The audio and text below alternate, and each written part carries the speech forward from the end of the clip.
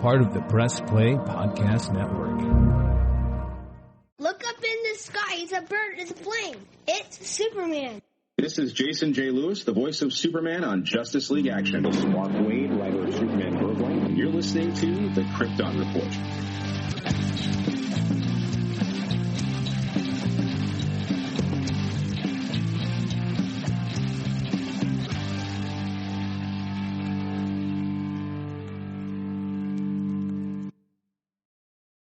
Welcome to the Krypton Report podcast.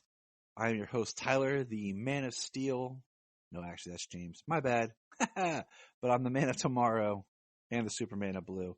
And with me is not James. That's why I miss him so bad.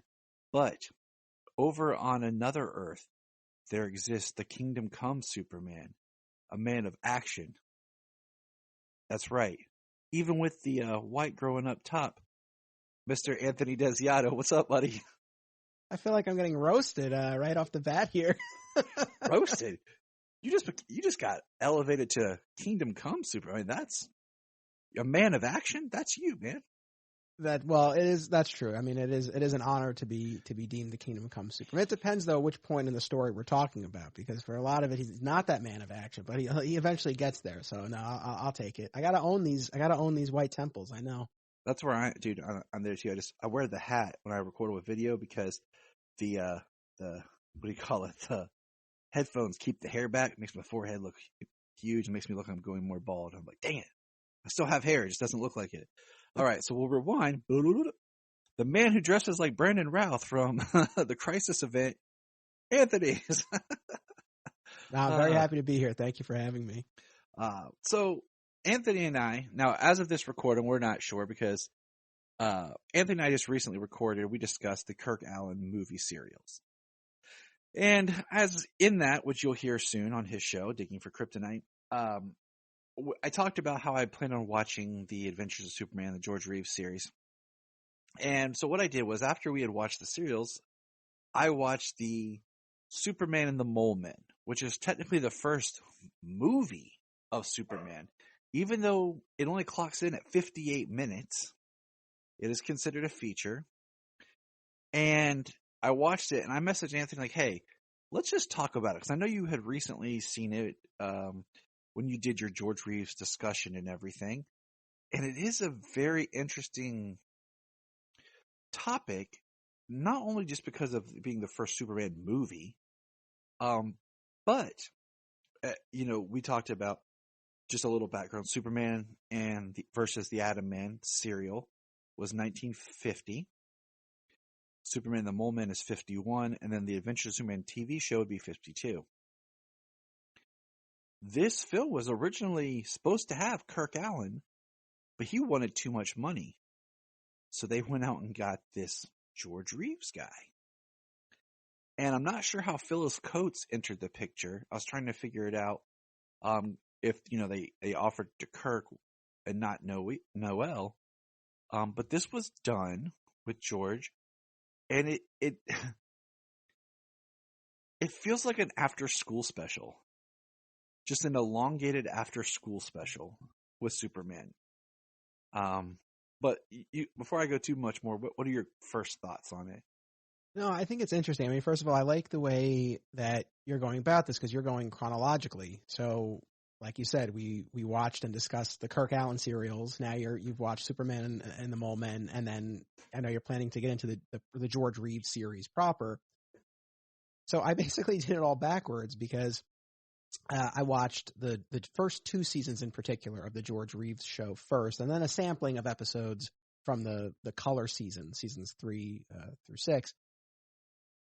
And only recently now watched the serial. So again, I've kind of been going backwards. And like we talked about on my show, I think that made it a little bit harder for me to get into the serials because I had this vision of George Reeves and the Adventures of Superman in my head. Now, as far as the Mole Men piece of it, I have the DVDs, as I believe you do as well. And they include Superman and the Mole Men as a two-parter at the end of season 1.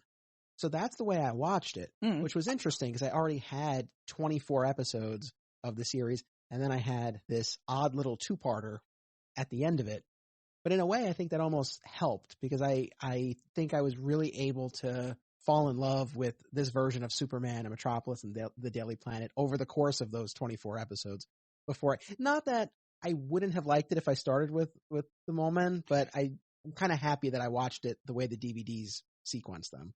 See, now that was a point I was going to bring up, because I think I haven't watched it that way. I watched it with my 5, 6 movie, however you want to say it, Blu-ray Superman box set, where it's a bonus feature, the full, movie. And I did it like that because I wanted to see it like that, because I knew about, like what you had talked about just now, that it did come as a 2-part at the end of the series. And I think watching it the way you did, it works.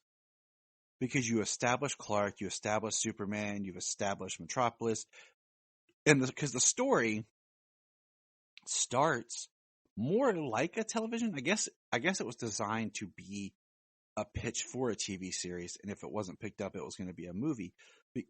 Because it is just Lois and Clark on assignment, going to this well where they're digging for oil in this town, and they stumble across.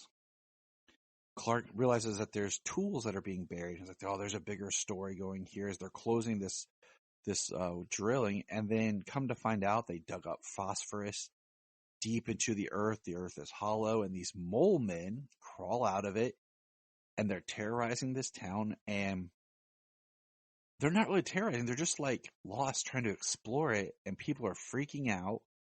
And this one dude, I mean, he's ready to overthrow the police. He's ready to overthrow the town. He's like got his mob to hunt these things down. And it goes crazy. And it's interesting because it's all about acceptance and tolerance and looking at other people differently and seeing that they're just, creatures similar to us. As, later there's a scene where they're in the hospital with one of the mole men, and the doctor's like, "Well, they have a thoracic cavity similar to ours. I can operate and remove the bullet." And I guess like the hospital manager or whatever is like, "No, you won't, doctor. I want that thing out of here." And there's some great dialogue where the nurse refuses to help, and Clark's like, "I'll assist. Let's go." And Superman's there, but I almost feel like a lot of it could have worked without Superman, just Clark Kent. Because even when he stands up and he shoots and he bends the guns, and I watched it with my wife, and she was like, "Wow, George just commands. He has a presence when he steps in as Superman and steps in." And all that to say, like, the framing is weird because it doesn't feel like Superman the way it starts or anything. We do get a little bit of a discussion about the planet Krypton, and because it has that traditional opening of like a narration, and we see George standing there as Superman, and then it filters into the story. So it does feel more like a TV episode, elongated, than a film. But just watching it as a movie, if I just were watching Superman movies and I watched this, it would be because there's no big climax. The mole men show up with a vacuum cleaner is what it was, prop, as a ray gun. But there's no like huge stakes. I mean, yeah, I'm rambling. You go. Your turn. Tag. No. It's all good. No. It's cool to get your take on it. And it's been a little while since I watched it now, but I guess I remember it fairly well. Again, all in all, I think I was well served by watching it where I did. You're right. I mean, it definitely drives home those themes of acceptance and tolerance. And I know you said it struck as a little, like after school, especially. And that's fair enough. But I guess in terms of, it's easier for us to say that now, right? As adults through, the modern lens. But I can appreciate, especially aimed at a younger audience in an entirely different era. They were, I think, doing their best to get the point across. And I think it works well enough. I agree with you too, though. If we're really talking Superman movies, don't know how this really stacks up. But as part of the television show, I think it definitely fits more, even though, again, it is still a bit of an outlier from the rest of the show. And I also just wanted to piggyback off of what you were saying about the presence that George Reeves has. I mean, that was one of the things that you and I talked about on my show when we did the serials, was that, Kirk Alyn, for me, didn't have that same level of presence and charisma that Reeves did, where when he enters the scene and they're wearing such similar costumes, but it's like, man, I just felt like Reeves was Superman in a way that I didn't. And so I think Mole Men, in those instances where he's really standing up to the angry mob, I think that really comes across. So despite its limitations, in terms of story or budget or whatever, I think ultimately it's certainly worth watching for Superman fans. And if anyone's a fan of the George Reeves show and hasn't watched it, it's definitely worth checking out. It's kind of like, to me, it's in that same vein as the Lost episode of the series, the Stamp Day special, right, where it feels like it's part of it, but excuse me. Bless you. We are currently experiencing a fun rainstorm today, and all the flowers got my allergies going. So like you said, like it feels like it's this not epilogue, but like interlude between season 1 and season 2. It's like you can look at like season 1 ends. This is an adventure, the last Phyllis Coates adventure of them off on an assignment before season 2 kind of thing. And I think it works better in that framing, because just watching it as it stands alone, if you've never seen Superman, it's kind of weird because you don't have Perry, Metropolis, the Daily Planet. You just have Clark and Lois in this town. Yeah, well, that's the thing. I mean, it definitely breaks from the formula of the rest of the show in all of those ways, right? You don't have the entire supporting cast, and you don't have that typical formula of, starting at the Daily Planet and getting the assignment and, working the mystery, working the case, the story. The fact that it's, like I said, on the DVDs, broken up into 2 parts, that is an extreme outlier. Every other episode of Adventures of Superman is self-contained. So, yeah, I mean, there are definitely a number of ways where it doesn't really feel like it fits. And that's why watching it in order, the first episode of Adventures of Superman is a retelling of the origin. So, I mean, it really, it brings you right into it. Although the episode right after that is one of my least favorite episodes of the entire series. So they could have maybe switched up the order a little bit, but yeah, I mean, I think looking at it sort of as that bridge in between, the last ride for Phyllis Coates, I think it probably works best that way, rather than really watching it as a standalone movie with all the expectations that come along with the theatrical film. And even better than watching it at the beginning of the series, because it doesn't. Yeah, I mean, I think the first episode of Adventures of Superman gives you the proper introduction that you would want to see. Now, let's take that, because I agree 100% with everything you just said. Now, let's take that mindset and let's flip it if it had been Kirk Alyn and Noel Neill. How the story, and knowing that they really were trying to get Kirk makes me think that they were just trying to do another movie in the serial vein, but now it's a movie. And we don't have to do the backstory because we've already established in the serials. Right. You have the same 2 people as Superman and Lois that we're going to just put them on a new adventure as a movie, and there we go. And if it had been those 2 cast in the role, or even if it was Kirk, with Phyllis, I think it wouldn't be as odd with not having anything else to really support the characters. Because yeah, it wouldn't work to watch this in the series if you're a continuity type person. But if you're just watching movies, it's a little bit different. But yeah, if you're a continuity person, it would best serve watching it at the end of season 1. Yeah, for sure. I know that is interesting if it had been Kirk Alyn. I mean, it's funny, even if everything else were the same, I'd still probably view it more favorably, because I guess in the context of the serials, right? We spoke at length about how repetitive and formulaic they were. It was, kind of tough to get through 15 chapters of 2 serials. Yep. So to take, but overall there was a lot that I know both of us liked about Kirk Alyn, certainly Noel Neill for you in particular. So it's like if we had those versions of the characters, but in a tighter, more streamlined story that ran for an hour, yeah, you and I probably would have been pretty happy with that. And looking at that as kind of like a coda to the serials, I think probably would have worked better for us than as the kickoff for Adventures of Superman. But I will say, at the end of the day, if nothing else, this served as proof of concept, right, for what would become Adventures of Superman. And so I think we owe it a great debt. And it's, it's certainly interesting and watchable, but I can't put it in the same category as the rest of the show, which is really now has become very near and dear to me, especially those black and white seasons. They're so good. And I look forward to starting them actually probably tonight. But it is weird because, like you said, and this would be kind of the capper on it. Like we weren't going to dive into it for a very long period of time, but just because there is substance, but yet there's a lot of not substance in it to really like tear it apart. But it is just interesting it doesn't feel like the show. It doesn't feel like the serials, but then it doesn't really feel like a movie. And it's weird because, like I told you, I'm a big fan of the old Universal monster movies from the 30s, 40s, and stuff.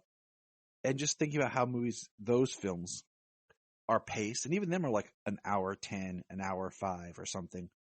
And this is 58 minutes.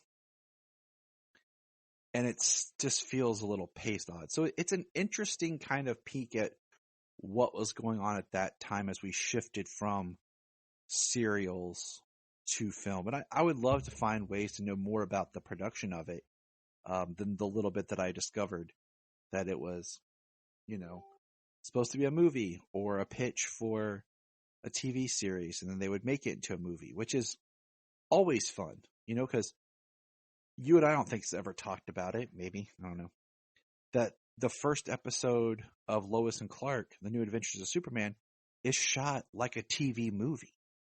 Yes. With the, because there's definitely a shift when you get to the second episode that if it hadn't been picked up for series, it just would have been a TV movie. And that would have been it,